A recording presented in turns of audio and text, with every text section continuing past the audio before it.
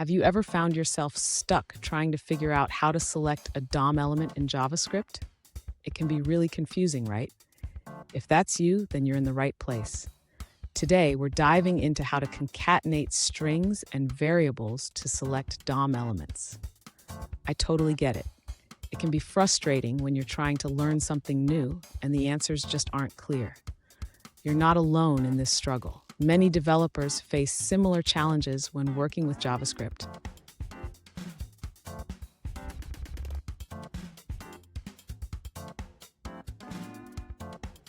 Here's the specific question we're addressing today. One user asked, "Can I concatenate a string and a variable to select a DOM element in JavaScript?" They have variables like copy1, copy2, and so on, and they want to check the contents of these elements. Sound familiar? Let's explore this together. So, what's the issue here? The user is trying to dynamically select elements using a loop, but they are running into errors. This is a common scenario when working with JavaScript, especially when trying to manipulate the DOM.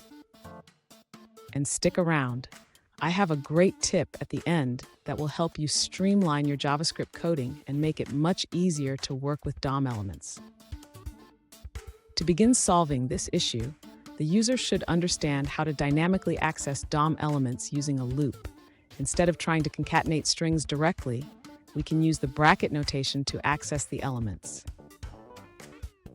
Next, the user can set up a loop that iterates through the desired indices.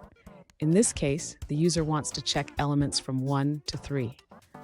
We will adjust the loop accordingly. Inside the loop, the user can retrieve each element and check its content length. This can be done using the length property of the element's text content. Finally, the user can apply any desired styles to the elements that meet the criteria. This can be done using standard JavaScript style properties. Fun fact, did you know that JavaScript was created in just 10 days?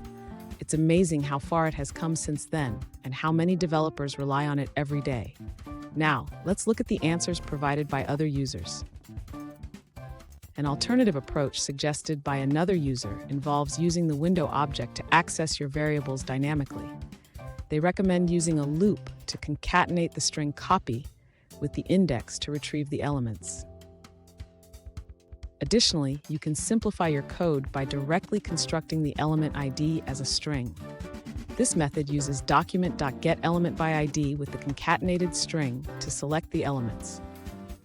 Lastly, you can directly concatenate the string in the getElementById method within the loop, making your code even more straightforward. Let's take a look at another answer from another user. An alternative approach suggested by another user is to store your DOM elements in an object. This way, you can easily access each element by its key. They also recommend using the query selector method with attribute selectors to dynamically select elements based on their IDs.